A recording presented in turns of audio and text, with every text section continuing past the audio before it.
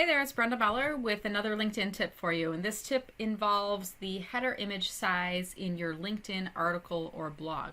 So if you're writing a blog on LinkedIn, you probably know that you start from the LinkedIn homepage and you click on that write an article link, and that takes you to this blog module.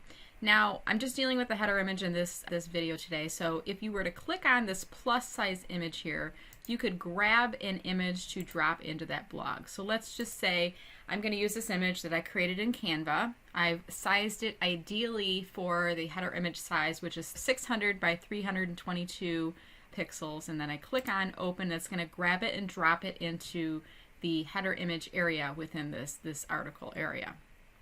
And you can see that it says saved here, so we're in good shape there. And then I can continue to write my blog by dropping in my headline, body copy, etc., etc. So hopefully this tip has been helpful. This is Brenda Meller with a LinkedIn tip on your header image size for a LinkedIn article or blog.